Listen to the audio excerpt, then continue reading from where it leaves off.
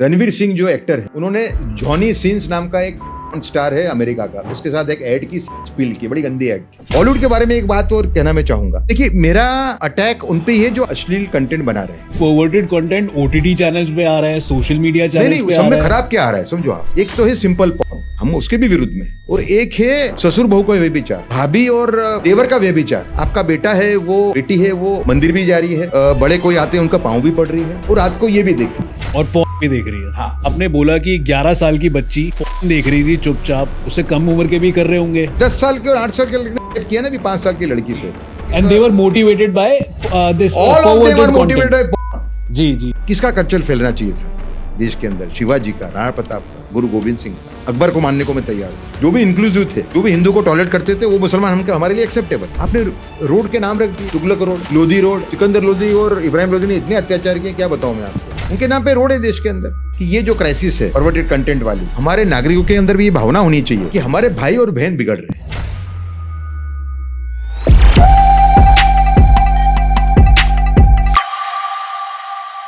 तो स्वागत है आपका हमारे इस पॉडकास्ट में सर। नमस्कार। Sir, I been a huge fan of your work sir. Thank you. A man serving nation with different roles. Thank you. Sir, ये टैग आपको दिया गया है, इसके बारे में क्या कहना है सर आपका? नहीं, अपने आप अपना असेसमेंट क्या करूं मैं, लेकिन क्योंकि मैं वीर सावरकर के नेशन फर्स्ट को फॉलो करता हूं, जिसका डेफिनेशन है कि कोई भी ऐसा काम नहीं करना जिससे देश को नुकसान हो। तो जो भी काम मुझे मिलता है या जो भी काम मैं उठाता हूं, उससे मुझे, क्योंकि सत्य के आधार पर काम करता हूं, मुझे सफलता मिलती है। तो मैं इसमें मानता हूं कि हम, देखिए छोटेपन में हम प्लेज लेते थे, एक सिविक प्लेज हम लेते थे कि all Indians are my brothers and sisters. तो मैं उस स्पिरिट में जीता हूं लाइफ, कि जितने भी भारत के जो नागरिक हैं, वो कोई भी जाति के हों, कोई भी तबके के हों, कोई भी धर्म के हों, हमें उनको समान तरीके से देखना चाहिए। अगर ये अपन अपना एक ध्येय बना लेते हैं, तो जो भी काम होता है वो अच्छा ही होता है, ऐसा मेरा मानना है। Amazing sir, amazing. अब मैं सर डायरेक्टली आपसे I am going to shoot main basic questions. Please. So sir, obscenity पे बात करें सर। हाँ बिल्कुल। आई कैन सी सर, इस देश में there are lot of incidents happening जहां पर people are consuming this obscenity वाला कंटेंट, जो कि I don't think which is good for the nation, but उसे देख देख कर people are getting motivated and they started doing crimes, जैसे कि रेप हो गए सर, बड़े बड़े ब्रदर सिस्टर एक दूसरे के साथ कर रहे हैं सर। पीछे ऐसी भी कुछ न्यूज़ आई थी, एक ब्रदर ने सिस्टर को प्रेग्नेंट कर दिया, एक भाई ने, देवर ने भाभी को कर दिया। सो आपका इसके ऊपर क्या कहना है सर? नहीं, मैं तो अभी करंटली मेरा मिशन ये है, मैं सेव कल्चर से भारत फाउंडेशन नाम का एक संस्था चला रहा हूँ, और 1.5 साल से एक मूवमेंट चला रहा हूँ to unite the nation against makers of sexually perverted content. देखिए, परिस्थिति बहुत गंभीर है देश की। करेक्ट। भारत महान देश बनने के कगार पे खड़ा हुआ है। अगर आर्थिक प्रगति की बात करें, हम सैनिकीकरण की बात करें, हम साइंटिफिक पावर की बात करें, तो हम एक ऐसे पहलू पे खड़े हुए हैं कि हम महान देश बनने के कगार पे हैं। जब हमारे माननीय प्रधानमंत्री ये कहते हैं कि 2047 में हम महान देश बनेंगे, विकसित भारत बनेंगे, तो कोई को शंका नहीं है। मतलब मैं मानता हूं कि सभी लोग ये मानते हैं कि 2047 नहीं, 2037 के अंदर ही हम आर्थिक महासत्ता होंगे, सैनिकी महासत्ता होंगे, हम वैज्ञानिक महासत्ता होंगे। पर हम क्या सांस्कृतिक रूप से कंगाल देश होंगे? Will India be a culturally pauper nation while becoming a superpower? That is the question before us, and the reason is content. You see, let's talk about first talk about Nirbhaya case. It happened about 11 years ago. Correct. Nirbhaya case, correct. The way people came out on the streets and the way the perpetrators were, the rapists were punished, gave a lot of hope to the nation कि भाई अब ये minus के ऊपर कुछ कुछ उस पर बंदिश आएगी, लेकिन परिस्थिति और भी बिगड़ती गई। अब ये परिस्थिति है कि छोटे बच्चों के रेप हो रहे हैं, भाई बहन रेप कर रहे हैं, समझा आप? और कोई इसका डिस्कशन भी होता नहीं है आजकल। ये देश की समय बड़ी समस्या है। हम विश्व गुरु बनने की बात कर रहे हैं, अगर हमारा कल्चर ही खत्म हो गया। देखिए, जो विदेशी आक्रमणकार थे, अलाउद्दीन खिलजी, सिकंदर लोदी, मोहम्मद तुगलक, फिरोज तुगलक, इन्हें काफी अत्याचार किए हिंदू पॉपुलेशन के ऊपर। बाद में अकबर का एक दौर आया जिसमें अत्याचार कम हुए, उसने एक रोकने का प्रयास किया। जहांगीर ने काफी हद तक उसको फॉलो किया, शाहजहां ने कुछ हद तक फॉलो किया, और फिर औरंगजेब आया। देखिए, ये जो भी विदेशी आक्रमणकार थे जो हिंदुओं पे अत्याचार कर रहे थे, जिनको आप एक तरीके से टेररिस्ट भी कह सकते हो, जिस तरीके से अत्याचार कर रहे थे, Correct. उनसे भी बड़े टेररिस्ट ये लोग हैं जो इस टाइप की फिल्में बना रहे हैं। I will label them as cultural terrorist. तो sexually perverted content OTT channels पे आ रहा है, सोशल मीडिया चैनल्स नहीं, पे सब आ में रहा है। खराब क्या आ रहा है समझो आप। एक तो है सिंपल पॉर्न, हम उसके भी विरुद्ध में हैं। जी। और एक है ससुर बहू का व्यभिचार, शिक्षक विद्यार्थी का व्यभिचार, भाभी और देवर का व्यभिचार। एक पिक्चर में सास और जमे का व्यभिचार है, समझा? और ये ओटीटी पे खुलेआम आ रहा है, आप समझे कि नहीं? और ओटीटी से प्रेरित होकर जो परिस्थिति गंभीर वो है जो देश को मालूम नहीं है कि ओटीटी का दौर ये शुरू हुआ ज्यादा 2020 के अंदर, जब फिल्में देखना बंद किया कोविड के दौरान लोगों ने। उससे प्रेरित होकर 700 ऐप फुट निकले हैं। कितने? 700 apps which are daily dishing out perverted content, at least according to my studies and studies by people who support me. About 20 to 30 films are being released every day. This small makers, perverted content makers, they hire prostitutes, वेश्याओं को higher करते हैं। North India में उनका centre है मीरठ में studios बने हुए हैं, छोटे छोटे घरों के अंदर, फ्लैट्स के अंदर, वहाँ शूट करते हैं और फिल्म को रिलीज करते हैं। एक एक फोटोग्राफर को एक दिन के 10,000 12,000 देते हैं। मतलब कोई आदमी की इच्छा नहीं है तो भी उसको लगता है कि साला इतने सारे पैसे मुझे कहाँ से मिलेंगे, समझा? तो परिस्थिति गंभीर है और अभी हमको कुछ सफलताएं मिली। अच्छा, एक और फिल्म है जिसके बारे में बात करना मैं चाहूंगा। एक फिल्म थी जिसको अब विड्रॉ किया है जी ने। एक 2020 की उसकी 3X वेब सीरीज है, उसकी फिल्म है ये, जिसमें एक पुरुष है जिसके व्यभिचारी संबंध एक्सप्लिसिट सीन के साथ अपनी दादी के साथ हैं, अपनी सौतेली माँ के साथ हैं, अपनी चचेरी बहन के साथ हैं और अपनी भाभी के साथ हैं। एक पर्टिकुलर व्यक्ति के ओटीटी के एक कोई सीरियल है उसमें ऐसा दिखाया गया, बिल्कुल ठीक है, कि उसके फिजिकल रिलेशनशिप है अपनी दादी के साथ, सीन के साथ, पूरा सीन भी दिखाया गया, बिल्कुल सभी पूरा, और वो चल रहा है ऑन स्क्रीन चल रहा है। अभी उसके बाद हमको थोड़ी सी एक सफलता मिली। हमने जो नाम बताना चाहेंगे सर, याद है आपको? 3X सीरीज है वो। अच्छा, web series 3X web series of 2020। Okay, आप सोचो कि मुझे मालूम पड़ा लास्ट ईयर जी, तो हमारे बच्चे पहले से ही देख रहे हैं। आप समझे? मेरा मुद्दा ये है कि कल उठ के एक घर के अंदर एक भाभी अपने देवर पे गलत नजर डालने लगे, या देवर अपने भाभी पे डालने लगे, या ससुर अपनी डॉटर इन लॉ पे डालने लगे, या डॉटर इन लॉ ससुर पे डालने लगे, तो क्या देश की हालत है? क्या विश्व गुरु की बात हम कर रहे हैं? नकेल कसनी पड़ेगी देश को। इसके लिए हमारा मूवमेंट जो है वो ये कह रहा है कि देश एक हो, ऐसे कंटेंट मेकर के सामने उनको बढ़ावा देने के रूप में लोग देखें, उनको देशद्रोही प्रवृत्ति करने वालों के रूप में देखें और उनको शिक्षा करें। मैं ये नहीं कह रहा हूं कि इसके अंदर माँ बाप, शिक्षक, इनका रोल नहीं, सबका है, लेकिन रोल सरकार का बहुत बड़ा रोल है, क्योंकि कानून बनाने का काम सरकार करती है। करेक्ट, आप समझे? दूसरा मेरा ये कहना है कि देखिए, हमने गए 10 साल में अभूतपूर्व प्रगति की है। मैं तो श्री नरेंद्र मोदी का जो काम है उसका एक तरीके से एक एक्सपर्ट हूँ।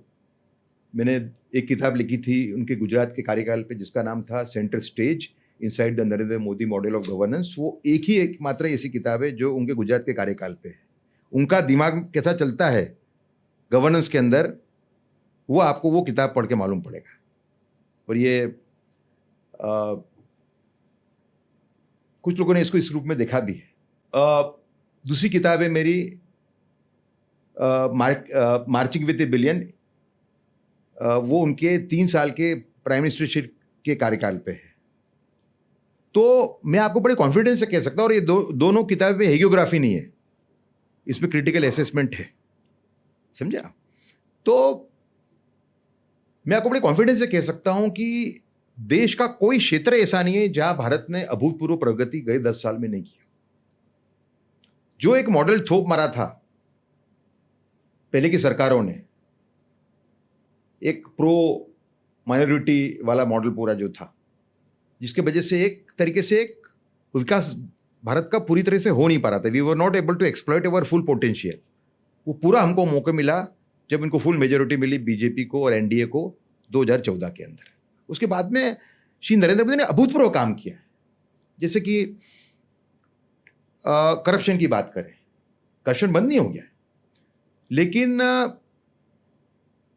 टोटल उन्होंने जो स्टेप्स उठाए हैं, जो लीकेज थी उसको प्लग करने के जो स्टेप्स हैं, लीकेज करप्शन के रूप में था, वेस्टफुल एक्सपेंडिचर के रूप में था। मैं मानता हूं कि माननीय प्रधानमंत्री अपने कम से कम देश के 3 से 4 लाख करोड़ रुपए साल के बचा रहे हैं, बाय प्लगिंग दोज होल्स। बहुत बड़ी सेवा है देश की है।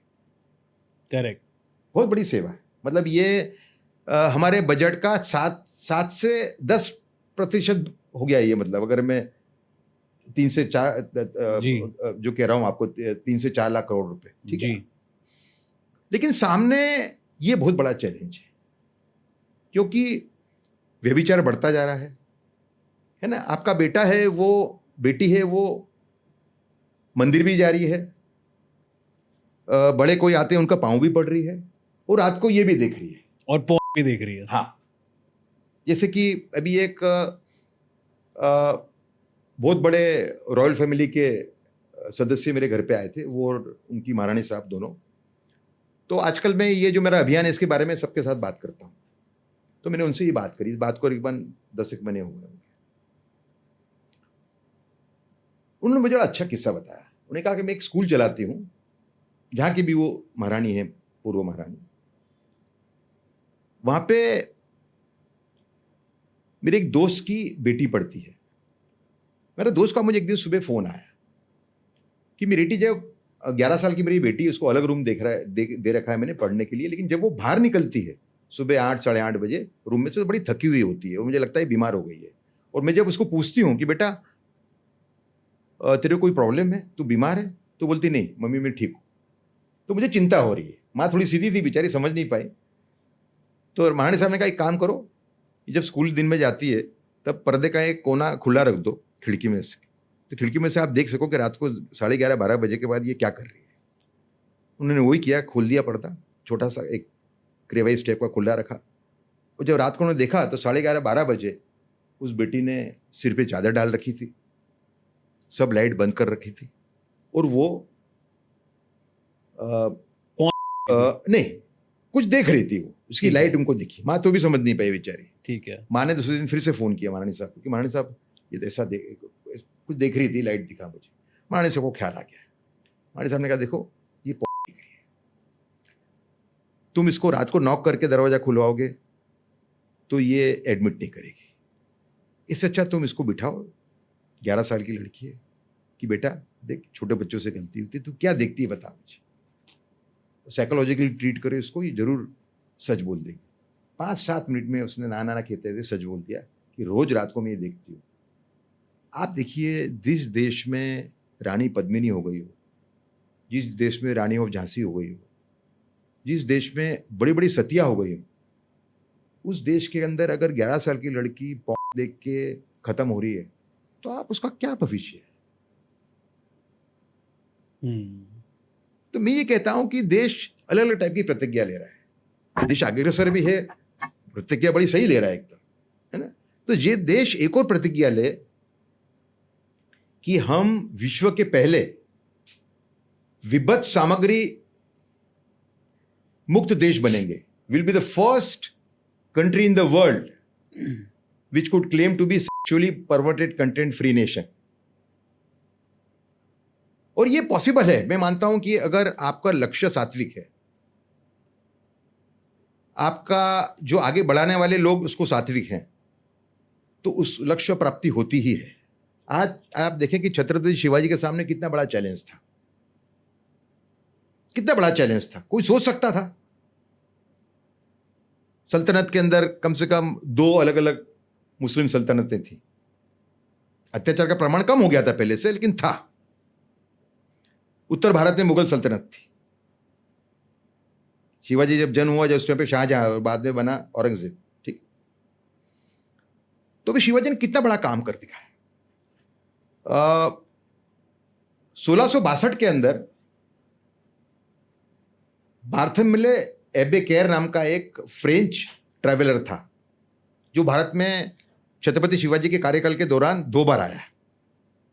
उसने अपनी किताब में लिखा है, उसका ट्रेवेलॉग है ना, उसका मुझे शीर्षक याद नहीं है, बड़ा फेमस है।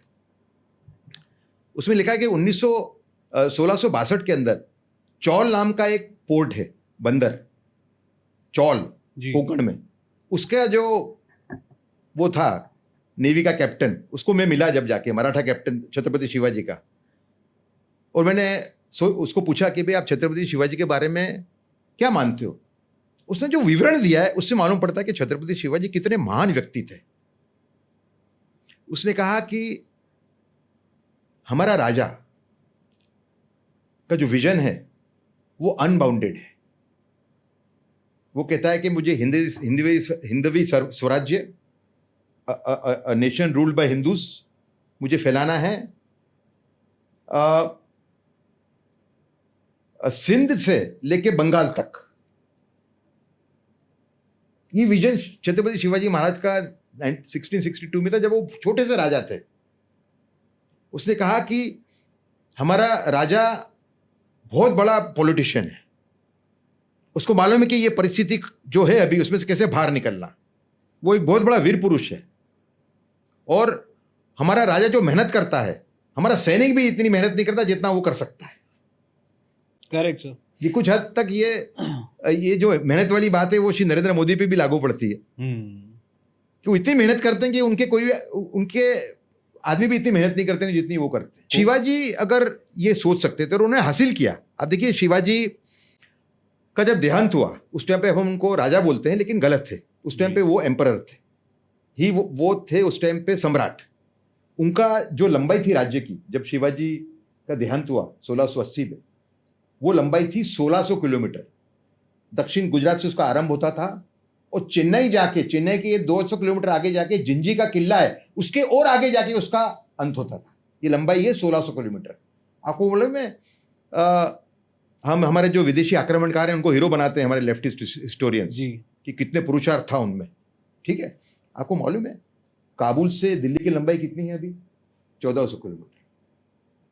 घुर, जहां से मोहम्मद गौरी ने भारत पे आक्रमण किया और भारत पे मुस्लिम राज कायम किया, घुर की लंबाई जो दिल्ली से है वो 1525 किलोमीटर है, छत्रपति शिवाजी की राज्य की लंबाई से कम। तो छत्रपति शिवाजी अगर ये हासिल कर सकते हैं, अगर इसको छत्रपति शिवाजी इस टाइप का अचीवमेंट कर सकते हैं, तो हम क्यों नहीं कर सकते? जहां तक सवाल परवर्टेड कंटेंट का, ये मेरा मुद्दा है। जी, अब कहिए। सर, मैं ये कह रहा था कि आपने बोला कि 11 साल की बच्ची देख रही थी चुपचाप। I mean, 11 साल के बच्चे ऐसा कर रहे हैं, उससे कम उम्र के भी कर रहे होंगे, बट हमारे पास नॉलेज नहीं होगी। 10 साल के और 8 साल के लड़के किया ना, भी 5 साल की लड़की जी। हाँ, जैसा आपने बताया, बहुत बड़े एक, and they were motivated by this all of them are motivated by porn। जी। वो सब इसको एक्सेप्ट भी कर रहे हैं। तो सर, आप जो porn बनाने वाले जो हैं वही उसको एक्सेप्ट नहीं कर रहे, बाकी सब, मैं तो ट्विटर पे एक्टिव हूँ, सभी इसको एक्सेप्ट कर रहे हैं। सर देखिए, बीच में एक मैटर भी आया था और ऑनरेबल सुप्रीम कोर्ट ने भी कहा था कि पोर्न देखना is not a bad thing, but आप कोई चाइल्ड पोर्नोग्राफी नहीं देख सकते which is ban in India. आप कोई ऐसी पोर्नोग्राफी नहीं देख सकते जो कि जिसमें हो रहा हो किसी का, that is also ban in India. But sir आपको नहीं लगता कि, एक बात दिल से बताइएगा सर, आप पन बंद करवाना चाहते हैं, क्या सेक्स एजुकेशन को नहीं डालना चाहिए बच्चों के करिकुलम में, सेक्स बच्चों के स्केड्यूल में, पढ़ाई में? डोंट यू थिंक सर, मैं एजुकेशन डालने के विरुद्ध में. But sir don't you think कि बच्चों को बताने की जरूरत है यार, this is the right way, this is what you have to do? वो जो एडोलसेंट जो एज है पूरी, वो एज के अंदर सेक्स की बात करना ही खतरनाक है. हम नहीं करेंगे. Sex is a natural. नहीं, मैं तो बोल रहा हूँ कि जहां से गंदगी आ रही है जी, वो टेप बंद करो. सर कितनी बंद होगी सर, वो बंद हो ही नहीं सकती. नहीं हो सकती. क्यों नहीं हो सकती? That will take years sir. आप मेरी बात सुनो. अगर आदमी में, मैंने कहा ना आपको कि अगर छत्रपति शिवाजी इसको अगर हासिल कर सकते हैं. छत्रपति शिवाजी एक मामूली जागीरदार थे, छोटे से, और अफजल खान को जैसे मारा उन्होंने जी, और बाद में जैसे शाहिद खान जो औरंगजेब का मामा था उसकी उंगलियां काटी, उस पर अटैक किया, तो ये सब काम कर ही सकते हैं. समझो, हम सर्जिकल स्ट्राइक कर सकते हैं. करेक्ट. हम हाफिज सैयद के अंदर डर पैदा कर सकते हैं कि वो, उसको मीटिंग बुलानी पड़े लाहौर के अंदर. अभी एक महीने पहले जी मीटिंग बुलाई उसने, समझा. तो क्या उसकी सत्य है मुझे मालूम नहीं है, भारत ने डिनाई किया है. लेकिन हम अगर इस टाइप का अगर हम पॉलिसी फॉलो कर सकते हैं तो हम क्यों नहीं कर सकते. और दूसरा कि मिडिल ईस्ट की कंट्रीज जो हैं उन्होंने इस पर रखा ही है बैन. उस पर है ही, उसमें कहाँ आ रहा है वहां पे. मिडिल ईस्ट की कंट्रीज हैं, सिंगापुर है, साउथ कोरिया है, वहां पे इस पे कंट्रोल है. लेकिन हमें नकल नेटफ्लिक्स के अंदर ही बहुत खराब आता है. वर्ष देन बालाजी. देखिए, मैंने आपको कहा कि हम 3 से 4 लाख करोड़ रुपए बचा रहे हैं श्री मोदी जी के पूरे जो करप्शन रोकने का जो पूरा उनका जो पूरा एक महक जो पूरा स्ट्रक्चर बनाया है उन्होंने. तो 1-2 करोड़ रुपए अगर हम लूज करते हैं इन लोगों को बंद करके, तो कौन सी बड़ी बात है. सर बात इकोनॉमी की नहीं है यहाँ पे, बात ये है कि हम लोगों को सिखाए कैसे, सेक्स कैसे करना है ढंग से, सेक्स एजुकेशन क्या होती है, छोटे बच्चों को how you can make your partner satisfy. मतलब ये चीजें कैसी, आपको नहीं लगता ये चीजें एजुकेशन में आनी चाहिए? मैं नहीं मानता, मैं इसके विरुद्ध हूँ एकदम. और हम कैसे सिखाएंगे फिर लोगों को? नहीं ऐसा नहीं. मतलब बच्चे अपने माँ बाप से शर्म करते हैं. छोटे बच्चों को सेक्स की बात करना ही गलत बात है. Sex is a natural thing जी, विच कम्स विथ एज, है ना. फिर शादी का एक पूरा एक नेचुरल कोर्स है पूरा ये जी, जो भारत पूरी दुनिया के लिए लागू पड़ता है. आप समझे. तो एजुकेशन की बातें करना छोटे बच्चों के साथ में, वही मैं मानता हूँ गलत है. कई लोग मेरे से डिसएग्री करेंगे, पर मैं बड़ा स्पष्ट उसमें मानता हूँ कि हमें गंदगी बंद करनी पड़ेगी. ओके. और हमारे पास ऐसा मटेरियल है हमारे संस्कृति के अंदर. दूसरा कि ये इतना खतरनाक है कि इसके अंदर ना मुसलमान बच पाएगा, ना हिंदू बच पाएगा, ना क्रिश्चियन बच पाएगा, ना पारसी बच पाएगा, ना राजपूत बच पाएगा, ना दलित बच पाएगा, ना ब्राह्मण बच पाएगा. सबके बच्चों के फोन पे आ रहे हैं. बट सर 10th क्लास में हमें रिप्रोडक्शन पढ़ाया गया था, आपको भी याद होगा सर. बट उसमें एनिमल्स के पूरा एक्सप्लिसिटली दे वर एक्सप्लेनिंग कि हाँ एनिमल्स इस तरह से रिप्रोड्यूस करते हैं and this is what they have to do. Humans की बात आती थी, ह्यूमंस में कोई कंटेंट नहीं. देखिए, मेरा स्पष्ट मानना है ये कि आशीष जी की छोटे बच्चों के साथ सेक्स एजुकेशन के रूप में भी सेक्स की बात करना वो गलत बात है. उसमें एक देखिए, वो एज के अंदर हमें ये प्रयत्न करना है कि वो सेक्स से कैसे दूर रहे. हम जैसे ही उसकी बात करेंगे, कोई भी स्वरूप में बात करेंगे, उसका अट्रैक्शन होगा जी. मैं बिल्कुल इसके विरुद्ध हूं. आप समझे. और सर जनरेशन का क्या कहना है? जनरेशन इतनी फास्ट भाग रही है, आप कह रहे हो sex is a natural thing, और आप ये उस जमाने की बात कर रहे हैं जब 18 साल में भी बच्चा जवान होने की कैटेगरी पे होता था. बट अभी जनरेशन बहुत तेज भाग रही है, जैसे कि आपने बताया 11 साल की बच्ची वाज कंज्यूमिंग. तो उसके लिए क्या है आपके व्यूज? मैंने आपसे क्या कहा कि अगर इस पे हम रोक लगाते हैं तो थोड़े ही समय में इस पे काफी कंट्रोल आ सकता है. जो हमने इसको सॉल्यूशन बताया वो आपको बताना चाहूंगा मैं. एक हमारा बड़ा रेडिकल सॉल्यूशन है. हमने ये कहा है कि लॉ ऑफ एथिक्स कोड बने. लॉ ऑफ एथिक्स कोड बने जो अपने प्रियम्बल में ये कहे कि जो नुकसान विदेशी आक्रमणकारों ने भारत को नहीं किया, भारत के कल्चर को और कैरेक्टर को, उससे ज्यादा नुकसान तुम लोग कर रहे हो इस टाइप का परोस के और डिस्ट्रीब्यूट करके. तो लॉ ऑफ एथिक्स कुछ धाराओं का उल्लंघन करता है producer, director, actor, actress, story writer, photographer, broadcaster और डिस्ट्रीब्यूटर। तो उसको उसके ऊपर रेप को बढ़ावा देने का चार्ज और राष्ट्र विरोधी प्रवृत्ति करने का चार्ज लगेगा।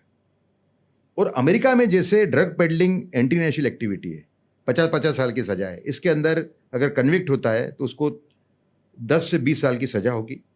पहले वो जो लॉ है वो तय करेगा परमिसिबल लिमिट हर एक ऑडियोविजुअल फिल्म में, सीन की, थीम की, कपड़ों की और भाषा की।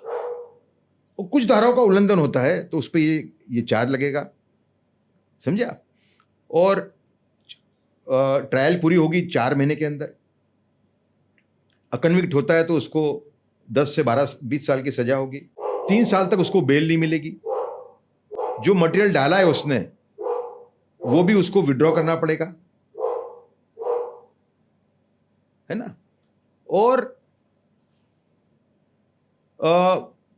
जो बर्डन ऑफ प्रूफ है, जो 498A के अंदर डाउरी वाले केस में होता है आरोपी पे, वो आरोपी पे होगा। ये हमने एक सुझाव दिया हुआ है। तो सर आपने पीआईएल डाली है सुप्रीम कोर्ट में? नहीं, मैंने नहीं, अभी तो डालूंगा मैं जी, लेकिन मैंने ये बट सर इससे मिलती जुलती पीआईएल आई थी, मेरे को याद नहीं आ रहा अर्जुन राम नाम जी क्या है। मेघवाल जी को मैंने दिया है ये। जी, इसमें पॉलिटिकल विल की बात है, कोर्ट भी आता है इसके अंदर, लेकिन पॉलिटिकल विल की बात है। सेकंड, हमने कहा है कि एक नेशनल कंटेंट कंट्रोल अथॉरिटी बने जिसको क्वासी जुडिशियल या जुडिशियल पावर्स हो। जी, ये भी हो सकता है कि उसका चेयरमैन नॉन जुडिशियल पर्सन हो और एक वहां पे एक जुडिशियल ऑफिसर भी हो, ऐसा भी हो सकता है, ठीक है। जिसका काम ही ये होगा सेक्सुअली परवर्टेड कंटेंट कैसे रोकना।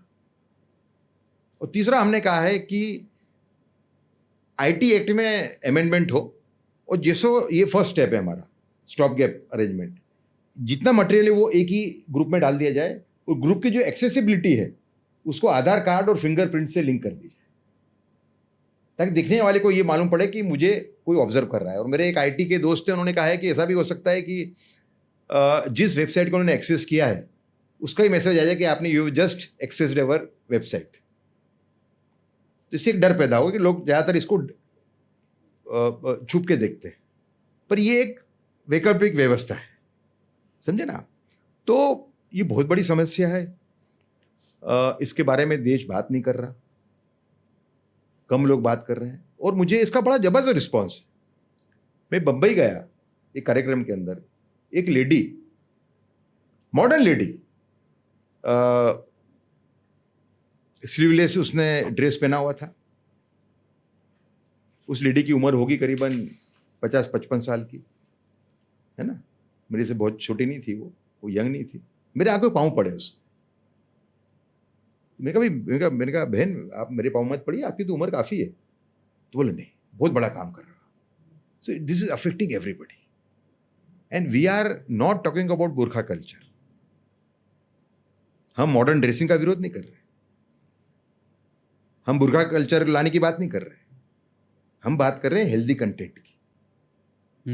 और हेल्दी कंटेंट भी बिकता है। एक मेरे दोस्त हैं जिनसे बहुत प्रेरित हूं मैं, उनका नाम है प्रवीण चतुर्वेदी। उन्हें हॉलीवुड में काम किया है, वार्नर ब्रदर्स के साथ काम किया है, डिज्नी में काम किया है, बहुत जगह काम किया उन्होंने, यूनिवर्सल स्टूडियोज में काम किया है। लेकिन उनको एक अंतरात्मा की आवाज़ है कि मुझे देश का काम करना है। वो सब छोड़ के 2012 में यहाँ गए, वाराणसी में स्टूडियो खोला उन्होंने, और इतनी अच्छी फिल्म बनाते हैं, हॉलीवुड टाइप की फिल्म बनाते हैं वो,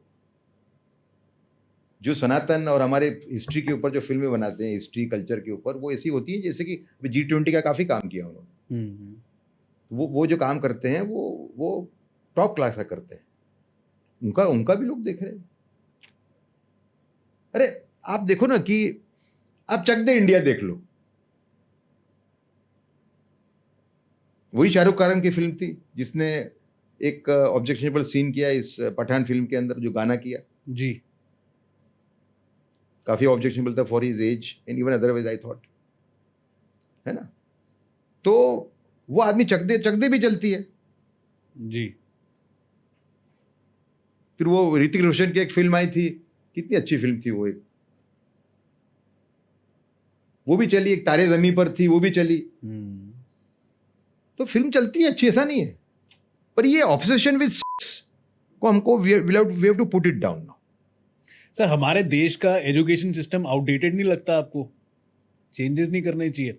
आई मीन, अगर एक छोटा बच्चा है, he doesn't know how to fill a cheque, उसको चेक नहीं भरना आता बैंक का। नहीं, तो होना आप- चाहिए, सुधार होने चाहिए, पर आ रहा है भी न्यू एजुकेशन पॉलिसी के अंदर काफी कुछ सर, यू सुधार बिन आया अ है। हिस्टोरियन, तो आप थोड़ा बताइए ना सर, आपको इतनी जानकारी है पास्ट की, एंड थोड़ा एजुकेशन सिस्टम पे बोलिए sir, because a lot of people want कि हमारा एजुकेशन सिस्टम एटलीस्ट चेंज हो जाए।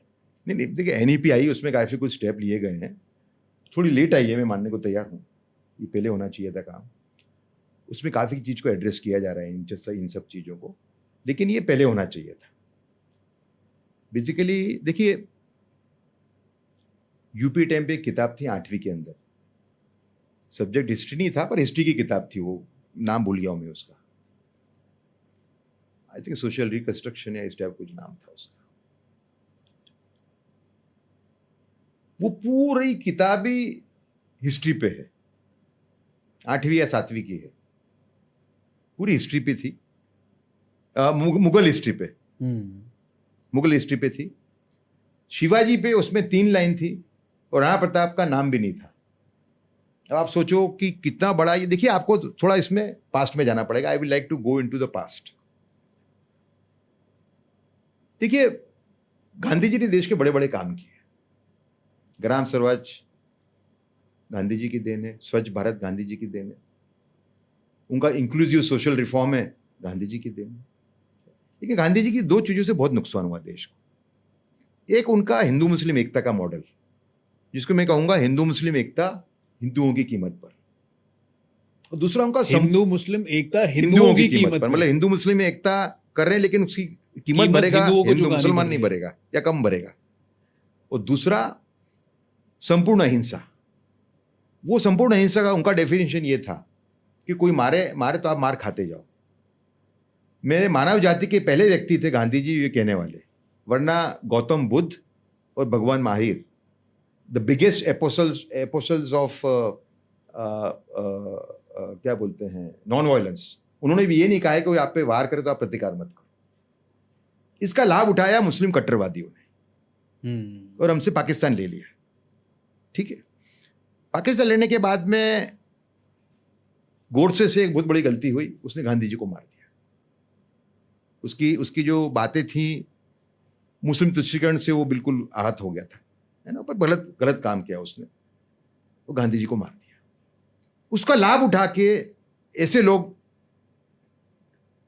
उसका लाभ उठा के हमारे शासकों ने देश पे एक प्रो मुस्लिम नीति थोप मारी, जो 60 साल तक करीबन चलती रही। फॉर एग्जाम्पल आर्टिकल 30, अगर माइनॉरिटी की स्कूल है, मुसलमान स्कूल अगर करता है, तो वो if it is aided by government, तो he can keep a maulvi, government will pay for the salary of the maulvi. अगर हिंदू स्कूल खोलता है, समझा, तो वो पंडित नहीं रह सकता है। अगर वो गवर्नमेंट एडेड स्कूल है तो गवर्नमेंट विल नॉट पे द सैलरी ऑफ द, समझा ना, जो स्पेशल प्रिविलेज दिए गए। देखिए, जो 1945 का जो वोटिंग हुआ था, 1945 का वोटिंग आपको मालूम है, the last parliamentary election before partition, central assembly का इलेक्शन था, जो आजकल हम कह सकते हैं जो हमारा जो मेन इलेक्शन चल रहा है उस टाइप का, और दूसरा था प्रोविंशियल असेंबली का, जिसको हम विधानसभा बोल सकते हैं। इन इलेक्शनों के अंदर 87% वोट, करीबन 87%, थोड़ा कम होगा उससे, मुसलमानों का वोट वो मुस्लिम लीग को गया। वोटिंग कम था, मतलब हिंदुओं का वोटिंग था 25% और मुसलमानों का था 20%। तो 20% में से 87% वोटेड फॉर मुस्लिम लीग, समझा। इसका मतलब ये हो गया, प्रोरेटा हम इसको 100% पे लागू ना करें, फिर भी majority Muslims wanted partition of this country and they wanted Pakistan. ये आप प्रूव हो जाता है इसके अंदर। उसके बाद में आप गांधी जी की मर्डर का अनफॉर्चुनेट इंसिडेंट का एपिसोड का लाभ उठा के आप ऐसी नीतियां थोप मारो देश के ऊपर। मतलब 1000 साल के बाद भारत आजाद हो रहा था, किसका कल्चर फैलना चाहिए था देश के अंदर? शिवाजी का, राणा प्रताप का, गुरु गोविंद सिंह का। अकबर को मानने को मैं तैयार हूं, शाह आलम 2 को मानने को तैयार हूं, बहादुर शाह जफर को मैं मानने को तैयार। जो भी इंक्लूसिव थे, जो भी हिंदू को टॉलरेट करते थे, वो मुसलमान हमके हमारे लिए एक्सेप्टेबल है।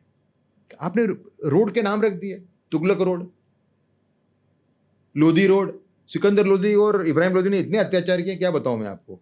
फिरोज तुगलक और मोहम्मद तुगलक ने इतने अत्याचार किए, आप सोच नहीं सकते। उनके नाम पे रोड है देश के अंदर। इसके अंदर हमारी जो किताब है, मेरी जो तीसरी किताब है, वीर सावरकर जो भारत का विभाजन रोक सकते थे, उसके अंदर सावरकर की विजन को इंटरप्रेट करते हुए हमने एक सुझाव दिया है कि ये जो रोड है मुस्लिम आक्रमणकारों के नाम पे दिल्ली में, उनके नाम जो राष्ट्रभक्त मुसलमानों के उनके नाम पे कर देने चाहिए। जैसे कि हवालदार हमीद, परमवीर चक्र, ब्रिगेडियर उस्मान, महावीर चक्र, ग्रेट पैट्रियट, जिसको जिन्ना ने कहा था कि आप पाकिस्तानी आर्मी ज्वाइन करो पार्टीशन के टाइम पे, मैं आपको जनरल बना दूंगा। लेकिन नहीं गए वो भारत की तरफ से लड़े। 1948 का जो वॉर था, वॉर मतलब जो एक कबायली भेजे जो पाकिस्तानियों ने उनके संग, एंड ही डाइड, मतलब sacrifice his life for this nation, समझे आप। अशफाकुल्ला खान हो गया। अभी भी कश्मीर के अंदर जो कम से कम अगर 10 लोग मरते हैं टेररिस्ट के हाथों कश्मीर में, सिविलियंस, उसमें 3 मुसलमान होते। अभी 3 लोग टारगेट हुए, अभी एक मर गया और 2 इंजर्ड हो गए, वो तीनों मुसलमान हैं। तो मुसलमानों में कट्टरवाद फैला कांग्रेस की पॉलिसी की वजह, फिर भी मुसलमान 3 भाग में बटा हुआ है, एक मोस्ट कट्टरवादी, एक लेस कट्टरवादी, एक मॉडरेट। जो मॉडरेट है उनमें से भी लोग आर्मी के अंदर हैं अभी, जो कारगिल के अंदर वीरगति को प्राप्त हुए, उनके नाम पे आप रोड रख सकते हो। वैसे ही रियल मुस्लिम हीरोज कम है, who would be acceptable to the Hindus। ठीक है, आप तो उनको चुन के आप हीरो बनाओ ना, आप एक रोल मॉडल सेट करो ना मुसलमानों के लिए। तो ये जो आप जो प्रश्न कह रहे हो, हिस्ट्री का जो चक्कर है पूरा, ये इसके लिए रुका रहा कि प्रो मुस्लिम नीतियां थी देश के अंदर। सावरकर जो लड़ाई लड़ रहे थे, वो हिंदुओं के लिए स्पेशल हक की लड़ाई नहीं लड़ रहे थे, वो सावरकर की लड़ाई थी for equal rights.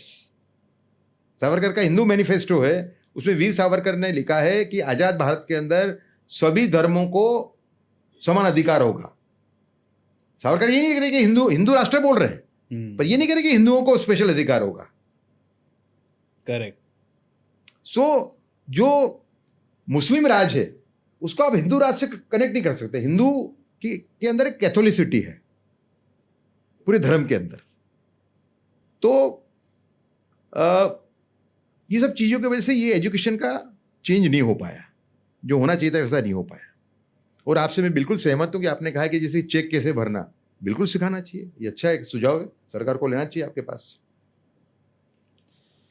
Sir RTI बहुत ज्यादा फाइल करी है आपने, मैंने सुना है 3000 से भी ज्यादा आपने आरटीआई फाइल करी। फाइल नहीं, क्लियर करी। मैं आरटीआई कमिश्नर था। मैं देखिए मेरा बैकग्राउंड क्या है, मैं इंडिया टुडे के अंदर करीबन मैंने 33 साल नौकरी करी एज अ डेप्यूटी एडिटर। नहीं, अलग अलग जगह पे। I joined as a correspondent and ultimately I was senior deputy editor जी when I left and when Modi government made me central information which is RTI commissioner जी, है ना। इंडिया टुडे के अंदर भी काफी मुझे लाभ हुआ।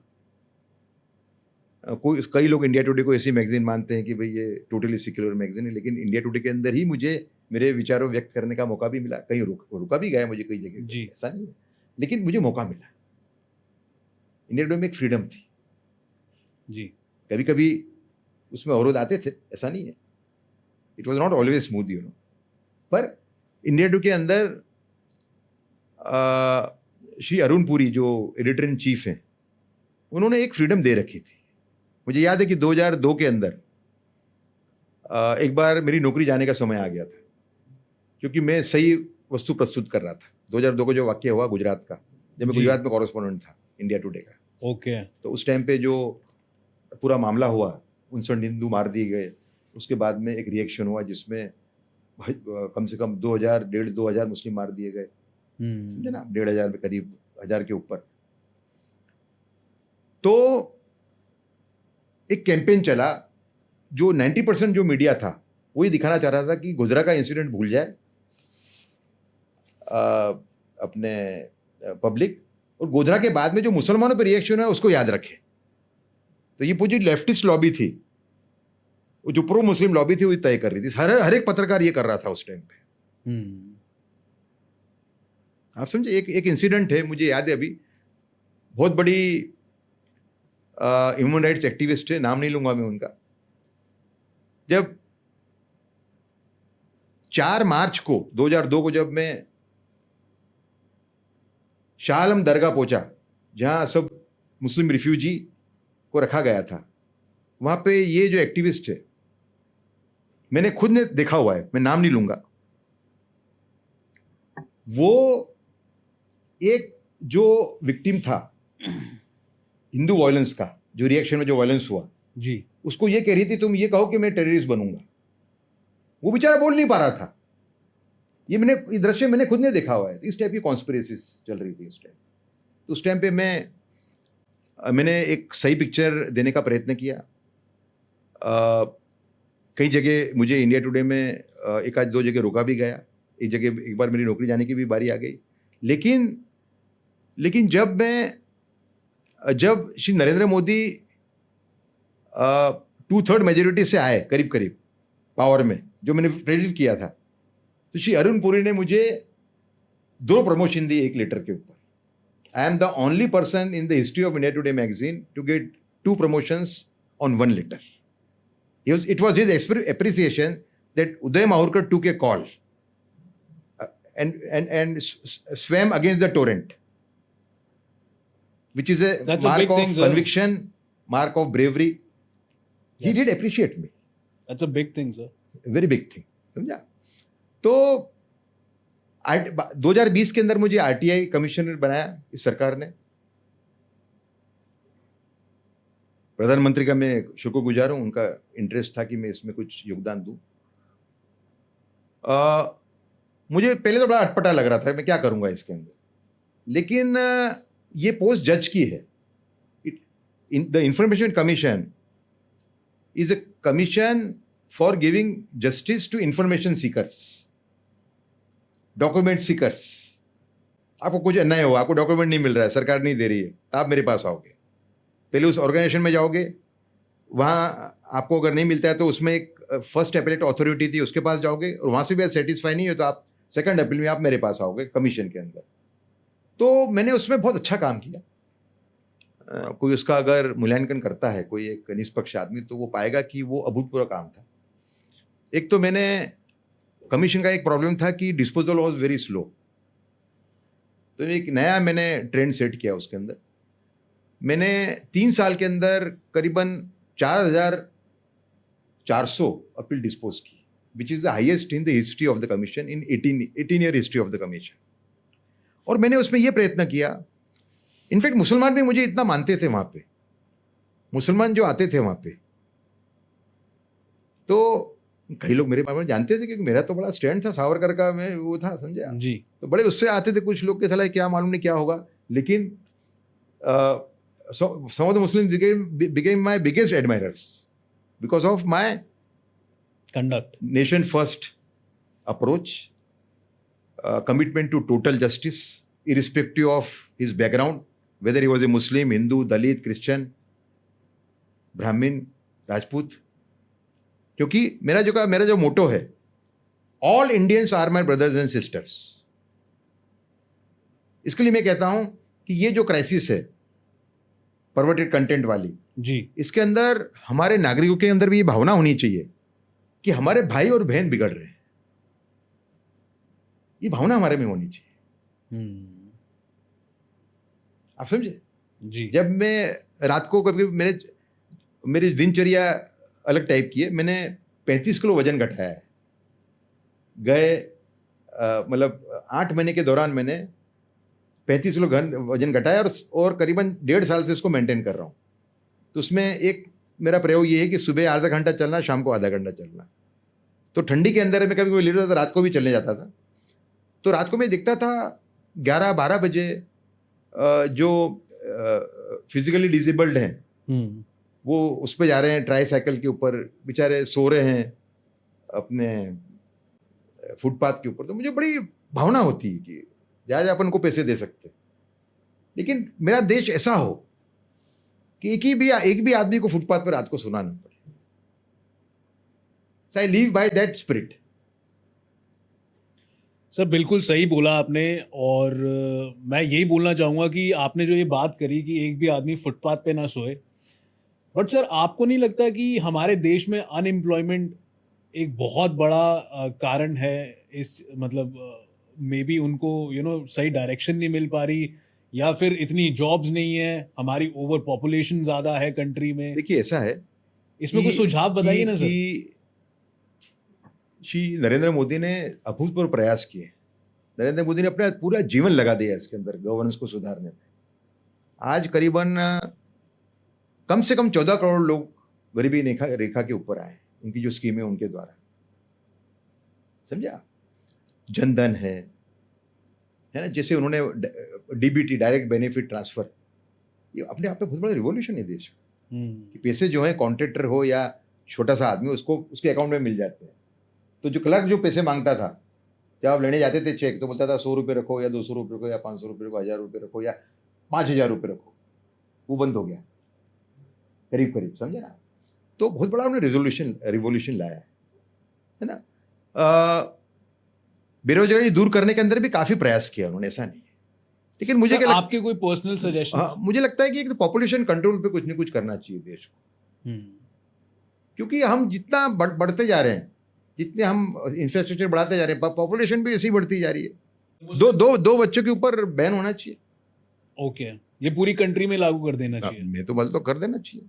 2 बच्चों के ऊपर बैन होना चाहिए। 2 बच्चों के ऊपर पैदा करते हो तो मैं तो बोलता हूँ कि वोटिंग राइट लेने तक की भी तैयारी रहनी चाहिए भारत की, कि 2 बच्चे के ऊपर पैदा करोगे तो वोटिंग राइट नहीं मिलेगा आपको। ओके, क्योंकि ये तो बढ़ता ही जा रहा है ना मामला, आप समझो। आप दिल्ली की हालत देखो ना, आप दिल्ली की हालत देखो ना। आप चाइना में तो क्या 1 पार्टी रूल था तो कंट्रोल कर पाए। दूसरा मेरा एक मैसेज जो मुझे भारत को देना है as a thinker, a nationalist thinker, वो ये है कि देखिए हमारी जो बहनें हैं वो कैरियर चुने ना नहीं है, लेकिन बच्चों को संस्कार देना कि उनकी ड्यूटी है उसको ना भूलें। देखिए पहली ड्यूटी, आप गांधी जी हो, वीर सावरकर हो, सरदार पटेल हो, इनके आप स्टेटमेंट देखिए। ये बोलते थे कि ये औरतें नौकरी करें उसके विरुद्ध नहीं थे, तीनों उस बारे में मॉडर्न थे। उनका पहला था कि पहला काम जो है लेडी का वो बच्चों को संस्कार देने का है। इस बात को देश को कहीं ना कहीं बोलना पड़ेगा। हम अब इसमें पड़े हुए कि हमने लड़की पहले, हमने अब इनको ड्राइवर बना दिया, इनको ये कर, अच्छी बात है, लेकिन कहीं ना कहीं समाधान इसका होना चाहिए। बट सर एजुकेशन सिस्टम भी तो सपोर्ट नहीं करता ना ऐसे लोगों को। हाँ, तो उसमें उस टाइम में इस टाइप का वो होना चाहिए। There has to be some compromise, या तो क्योंकि सर अभी तक वही चीज चलती भी आ रही है घरों में, आप डॉक्टर बनो, सीए बनो या वकील बनो, मतलब ये 3-4 चीजें ही चलती भी आ रही है। ऐसा है कि there are lot of job opportunities out there. देखो ऐसा है कि कंसल्टेटिव प्रोसेस कुछ हो ना, ऐसा कई चीजें औरतें घर में बैठ के कर सकती हैं। आर्किटेक्ट का काम घर में बैठ के कर सकती है। ऐसे कई चीजें हमें सोचना पड़ेगा। लेकिन कहीं ना कहीं बच्चों की परवरिश वो अफेक्ट हो रही है, इसमें कोई शंका नहीं। ये अभी जो हुआ, भाई ने बड़ी बहन पे किया और उसको इम्प्रेग्नेट कर दिया बंबई में, दोनों साथ में देखते थे, जो माँ बाप दोनों नौकरी करते थे। अच्छा, पीछे से माँ बाप चले जाते थे, पीछे ये दोनों बच्चे ऑन देखते थे और उसकी वजह से कन्विंस होकर, मोटिवेट होकर। बिल्कुल, हालांकि वो लोअर इनकम ग्रुप था वो, लेकिन this applies to every group. I will not go into lower and higher groups. A mother's duty towards a child cannot be compromised. अब सर माँ बाप बच्चे पाले, अब लोगों बच्चों को उसका एजुकेशन उसका दे, आपको कंसर्वेटिव प्रोसेस से उसका एक निकालना पड़ेगा। तो इसको एजुकेशन सिस्टम में नहीं डाल देना चाहिए? बिल्कुल डालना चाहिए, बहुत अच्छा सजेशन है आपका, बहुत अच्छा सजेशन है आपका। इसके एजुकेशन में डालना ही चाहिए। आप देखो गांधी जी, वीर सावरकर, सुभाष चंद्र बोस ने तो लेडीज भी ली थी अपने उसके अंदर, इंडियन नेशनल आर्मी के अंदर। ऐसा नहीं है, पर सब ये इससे ना नहीं था उनका कि भाई एक माँ का पहला काम है वो बच्चों को अच्छे संस्कार देना। ये बात हमें कहीं एजुकेशन में डालनी पड़ेगी। बहुत अच्छा सुझाव है आपका ये। कोई इसकी बात नहीं कर रहा अभी। हम यही बात कर रहे हैं कि हमने आज इस लाइन में हम पहला हमने ड्राइवर बना दिया, पहला हमने रिक्शा ड्राइवर बना दिया। समझे आप? इस बात की कोई बात नहीं कर रहा, हमें इसकी बात करनी पड़ेगी। इवन फॉरेन के कुछ नेता, एक बहुत बड़े फॉरेन के एक नेता हैं, समझे आप, उन्होंने, मैं तो दंग रह गया, उन्होंने बीच में ये बात की। हमारे विरोधी हैं वो थोड़े से, लेकिन मैंने देखा कि उन्होंने भी ये बात की, मैं तो बड़ा दंग रह गया देख के। तो ये बात हमें कहीं ना कहीं देश में करनी पड़ेगी। और मेरा तो एक तरीके से एक अपील है पूरे देश को, सब आ गए उसके अंदर, कि इस बात पे विचार करें, क्योंकि ये मामला बहुत बिगड़ा हुआ है। जो हमें विश्वगुरु बनना है उसमें संस्कार का मेन अहम महत्व है। देखिए, भारत का विश्वगुरु न बनना वो मानव जाति का कितना बड़ा नुकसान है, उसका एक हम ब्यौरा लें। आप देखो, अभी माननीय प्रधानमंत्री ने G20 के दौरान, जो भारत में G20 हुआ है गए वर्ष, उसमें अफ्रीकन नेशन को, अफ्रीकन यूनियन को G20 का मेंबर बनाया। कितना बड़ा काम है। आप हिस्ट्री देखो तो सुपर पावर का काम ही यह था कि अफ्रीकन देशों को एक्सप्लॉइट करना। एक देश है, हमारा विरोधी देश है थोड़ा कुछ हद तक, वो उसके पास चंदन का पूरा कोटा है अपने देश में, सैंडलवुड का, फिर भी उसने एक छोटे देश के एक नेता को करप्ट करके रखा हुआ है। वहां से वो देश सैंडलवुड इंपोर्ट करता है, और इंपोर्ट करने के बाद में भी उसको सैंडलवुड अपने सैंडलवुड से सस्ता पड़ता है। वो कितना एक्सप्लॉइटेशन है ये अफ्रीकन देशों का, उसका आप अंदाजा लगा सकते। हमने उनको, अफ्रीकन यूनियन को हमने मेंबर बनाया। आज गए साल माननीय प्रधानमंत्री कौन सा एक देश है ऑस्ट्रेलिया के पास, पापुआ न्यू गिनिया, वहां गए तो वहां के प्रेसिडेंट उनके पांव पड़े। क्यों? तो उनको वैक्सीन नहीं मिल रही थी, हमने उनको वैक्सीन पहुंचाई, छोटे देश को। तो जो भारत का जो मेन मंत्र है वसुधैव कुटुंबकम, उसका एक मेन रोल है मानव जाति को नया रास्ता दिखाने के लिए, जो अभी हमास और इजराइल के बीच में चल रहा है। हमास ने किया, बहुत गलत किया। इजराइल ने हजारों लोग मार दिए, 10,000 तो लड़के मार दिए, समझो आप, करीब करीब। उधर यूक्रेन रशिया बंद नहीं हो रहा है। तो भारत जैसी सेन और सेज वॉइस की बहुत जरूरत है पूरी दुनिया को। लेकिन अगर भारत ही भारत नहीं रहेगा तो क्या होगा? तो भारत अगर विश्वगुरु नहीं बनता है, अगर बिल्कुल एक वेस्टर्न पाथ पे चल रहा है, बिल्कुल आंख बंद करके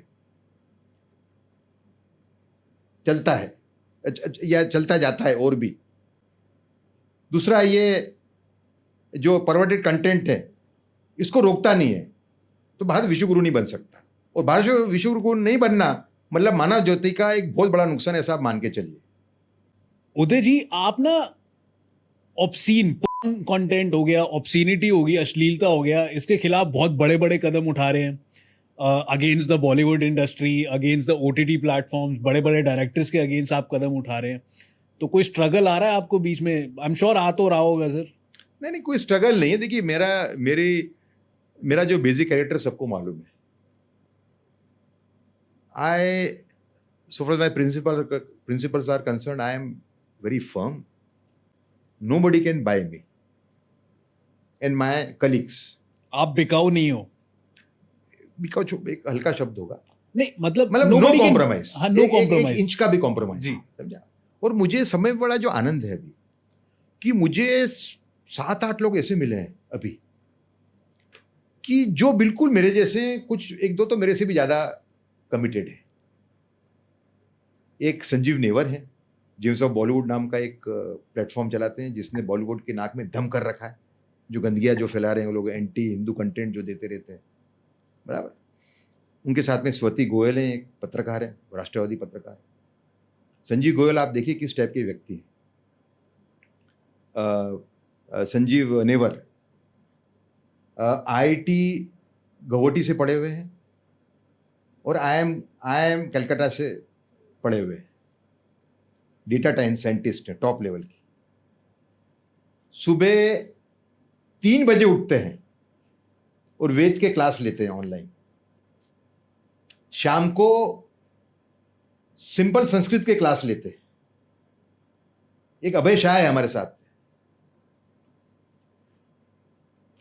अहमदाबाद के हैं, एक बहुत बड़े संत हो गए जैन समाज के, चंद्रशेखर विजय जी।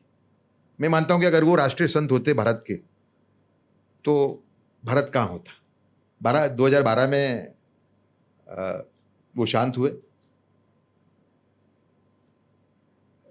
श्री नरेंद्र मोदी ने भी उनको बहुत माना है, उनका अनुकरण किया हुआ है। उनके अनुयायी हैं ये अभय शाह। ये स्वच्छ साइबर भारत नाम की एक संस्था चलाते हैं। तो मुझे जो अभी एक साथ मिला, एक श्री रविशंकर के एक बहुत ही एक नज़दीकी व्यक्ति हैं, जो उम्र में कम है हमसे, पर हमारे मार्गदर्शक हैं। तो ऐसे लोग मिले हैं कि हम कोई भी कॉम्प्रोमाइज करने को तैयार नहीं है। बॉलीवुड के बारे में एक बात और कहना मैं चाहूँगा कि देखिए, मेरा अटैक उन पे ही है जो अश्लील कंटेंट बना रहे हैं। अगर 10% नहीं बना रहे तो उनके अगेंस्ट में नहीं है। So I am not attacking entire Bollywood, but Bollywood का सपोर्ट इन लोगों को है। जैसे कि अभी 2 महीने पहले रणवीर सिंह जो एक्टर हैं, उन्होंने जॉनी सिंस नाम का एक स्टार है अमेरिका का, उसके साथ एक ऐड की, स्पिल की, बड़ी गंदी ऐड थी। और उनको न्योता था अनंत अंबानी के जलसे में, सेलिब्रेशन में। कहाँ? जामनगर। तो मैंने ट्वीट किया, it is the duty of civilised society not to legitimise on culture. I would have felt extremely happy had Mukesh Ambani family not invited Ranveer Singh after he did this ad with Johnny Sins. Sir, Jio cinema भी जो obscene वाला content है वो promote करता है। वहाँ पे भी उनके भी OTT प्लेटफॉर्म पे ऐसी चीज़ें आती है। उसके बारे में आपका कहना है? अंबानी जी के लिए आपका कोई मैसेज? अंबानी परिवार से मेरी अपील है कि आपने एक आपको रोल मॉडल मानते हैं, लोग ये मानते हैं कि आपने जॉब्स क्रिएट किए हैं, आपने देश की प्रगति में आपका एक अहम रोल है।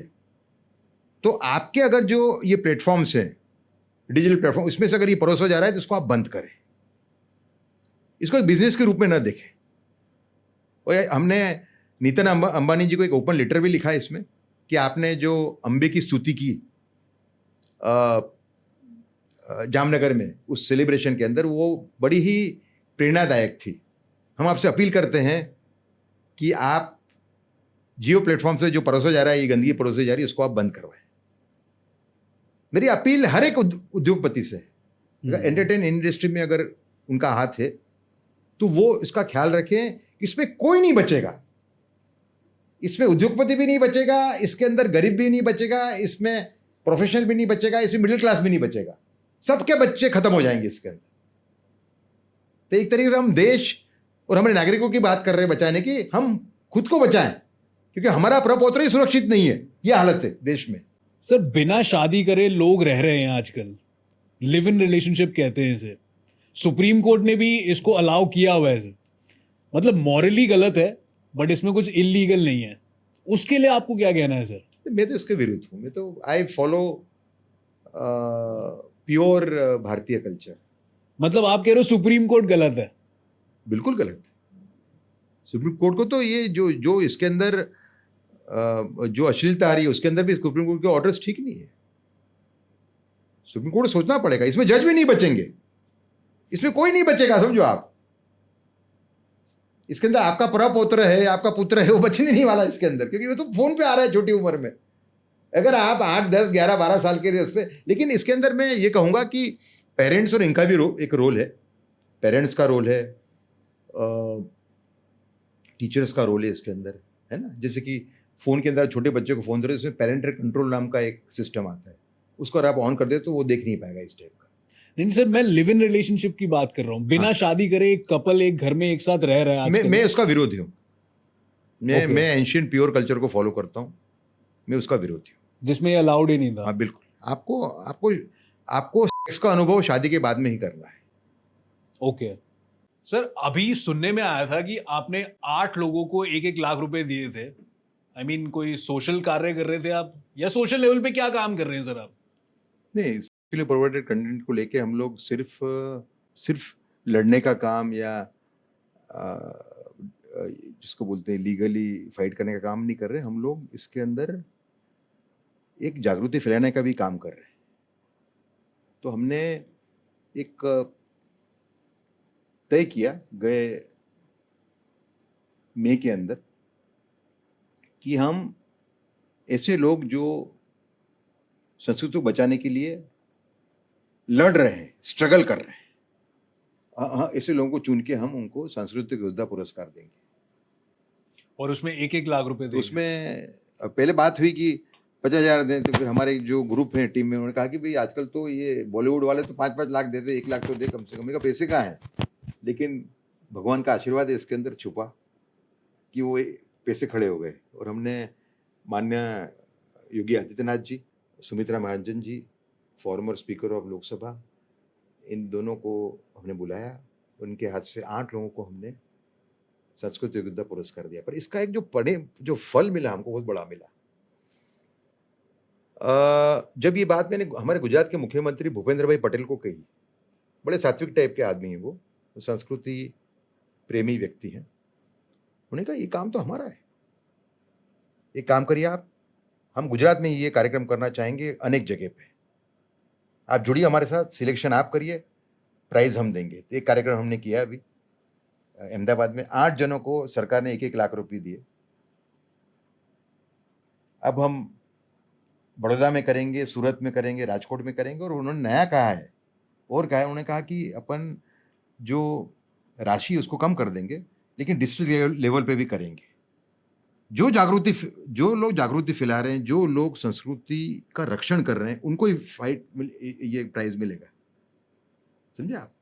फिर हमने कहा कि यूथ तक भी पहुंचना है, तो हमने कहा कि हम एक गुजरात सांस्कृतिक वक्तृत्व स्पर्धा, Gujarat state culture elocution contest करेंगे, ऐसा हमने सुझाव दिया माननीय भूपेंद्र भाई को। उन्हें कहा बिल्कुल करना चाहिए। तो 600 कॉलेज और 5,500 विद्यार्थियों ने इसमें भाग लिया। अभी 3 महीने पहले बहुत बड़ी कंपटीशन हुई, और उसमें फर्स्ट प्राइज था 1 लाख, सेकंड प्राइज था 71,000, थर्ड प्राइज था 51,000। और बाद में जो 33 जो पार्टिसिपेंट्स फाइनल में आए, उनमें प्राइज 3 को ही मिले। मैं जब बैठा उनके फाइनल राउंड के अंदर, तो मैंने देखा कि इनमें तो बहुत कम वो है फर्क, प्राइज 3 को ही मिलेगा। तो मैंने उनसे कहा कार्यक्रम के पहले कि मैंने कहा मैं सोच रहा हूँ कि मेरी तरफ से सेव कल्चर से भारत फाउंडेशन की तरफ से 5-5 हज़ार रुपये इनको दे दूँ। उन्होंने कहा नहीं, प्राइज देने का काम सरकार करेगी। और 10-10 हज़ार रुपये दिए सरकार ने बाकी 30 जनों को। बहुत बड़ी बात है। तो ये एक मॉडल हमने सेट किया है। अब ये पूरा मॉडल लेके हम जाएंगे अलग अलग स्टेट्स के अंदर, उस सरकार को कहेंगे कि आप इसका अनुकरण करिए। तो ये हमारा, कोई हमको ये पूछता है कि आप लड़ते ही हो, सिर्फ आप जागृति नहीं फैलाते, तो हम जागृति फैलाने का काम भी कर रहे हैं, प्रोत्साहन देने का काम कर रहे हैं, समझा। Yes sir. तो ये दो चीजें जो हुई है, सांस्कृतिक योद्धा पुरस्कार गुजरात के लेवल पे, और वो वक्तृत्व स्पर्धा कॉलेज लेवल पे, जिसके अंदर एनएसएस ने भी भाग लिया था। काफ़ी ऐसा इन्वॉल्वमेंट के साथ किया था हमने। हायर एजुकेशन डिपार्टमेंट था गुजरात का, और फाइनल प्राइज डिस्ट्रीब्यूशन में सीएम खुद आए थे। तो इस मॉडल को लेके हम अलग अलग स्टेट में अब जाएंगे, राजस्थान में जाएंगे, छत्तीसगढ़ जाएंगे, एमपी जाएंगे। अगर कोई नॉन बीजेपी स्टेट है तो उससे कोई लेना नहीं है हमको। वो अगर बुलाते हैं हमको, नवीन पटनायक अगर बुलाते हैं तो वहाँ भी जाएंगे। सर बहुत अच्छा काम कर रहे हैं सर आप। धन्यवाद। चलिए सर, बहुत अच्छा लगा सर आपसे बात करके, बहुत कुछ सीखने को मिला सर, और जनता को भी आई होप क्या सर, जनता को भी पसंद आएगा ही आपका एपिसोड। थैंक यू, धन्यवाद। And thank you so much for coming sir, thank you so much for giving time to us on our show. हमारे पॉडकास्ट की आपने वैल्यू बढ़ाई, शोभा बढ़ाई, उसके लिए बहुत बहुत धन्यवाद, बहुत बहुत शुक्रिया सर। Thank you sir.